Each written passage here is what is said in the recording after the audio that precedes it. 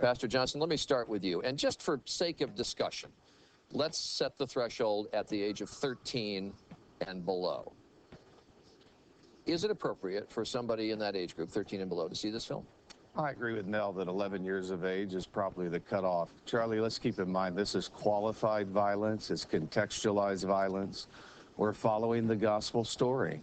And God intended for us to understand the death and the burial and the resurrection of Jesus Christ. I think it's going to have a huge impact on young people all over America, and I believe many are going to want to find Christ. Pastor Johnson, let me talk with you first. Why did you feel it's so important that children see this movie, that you set aside a special theater just for them?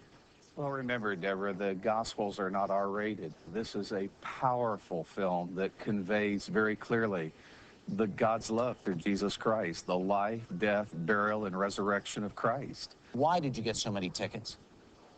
Because we believe the message of the gospel is so clearly conveyed in the Passion of the Christ, and already, Harry, a few hundred men and women have received Christ as Lord and Savior at the end of the film showing. That was our goal. Why did you take kids that were like 10, 11, 12 years old to see The Passion? Well, remember, we didn't take anyone that didn't have a release from their parents, but let's get real. I mean, we're in the MTV world.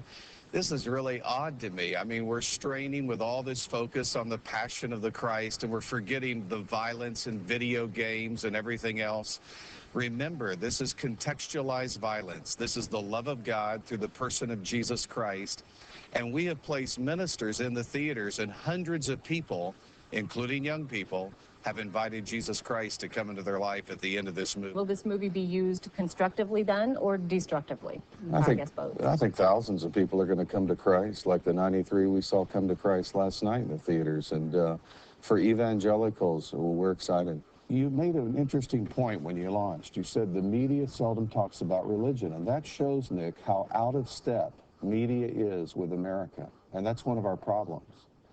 The majority of Kansas Cityans are people of faith, and it's odd that it takes the Passion of the Christ to finally get the media to talk about what the majority of Kansas Cityans are interested in. Men and women don't leave this movie laughing.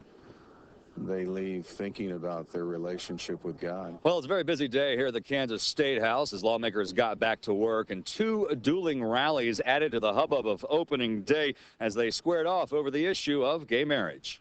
Those for a ban made their voices heard. Today we are here. Today we are here. Today we are here because we are saying it is high time. A heckler tried in vain to drown out Pastor Jerry Johnston, calling for the Constitution to be left alone. When you try to redefine marriage, as basic as that is to culture, the pulpit cannot be silent any longer. The people of Kansas are conservative, God-fearing people of faith. They will vote this amendment in when they have the opportunity to do it. The senators and representatives need to give them that opportunity. Well, Kelly, we're at one of the churches that's been at the center of this controversy, and there is celebration among the leadership of this church. However, on the other side of the issue, those opposed say that Kansas lawmakers just threw away their rights. You and I were there. Do our duty. Oops, there's the hammer. House will come to order. In the People's House, the day began with the pledge and a prayer. Fill their minds with wisdom and their hearts with compassion. House Bill number 2256. And then, amid the usual hustle and bustle, Bill number 1601 brought calm to the floor. This constitutes final action on Senate Concurrent Resolution 1601. The clerk will open the roll and you may record your vote. The tally added up quickly. 86 for the amendment, 37 against. It's also a huge rallying call that there's a lot of other agendas that can be accomplished, and namely the Kansas School Board. There's no hiding the agenda of Pastor Jerry Johnston, one of several evangelicals who have led the push in Topeka. The more states sign on, the more it is going to fuel a federal marriage amendment. That is why this was so crucial to win this. Opponents say this amendment will not stand the U.S. constitutional test. They'll fight in court if need be, but for now, they're back on their heels. They should enter marriage for a lifelong commitment.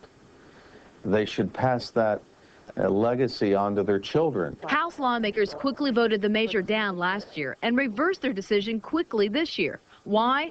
Johnston says several incumbents who voted against it last year were replaced and voted out by the moral majority. Well, many of the new representatives voted for the amendment, and that tells me that we need to continue to monitor the voting records of representatives and senators and encourage God-fearing people to serve in public office. Now, in passing 86 to 37, the House Speaker's office told us today that nearly all of the new freshman class of lawmakers put in place by voters passed the amendment onto a vote of the people today. That will be April 5th. Amy Holly, NBC Action News.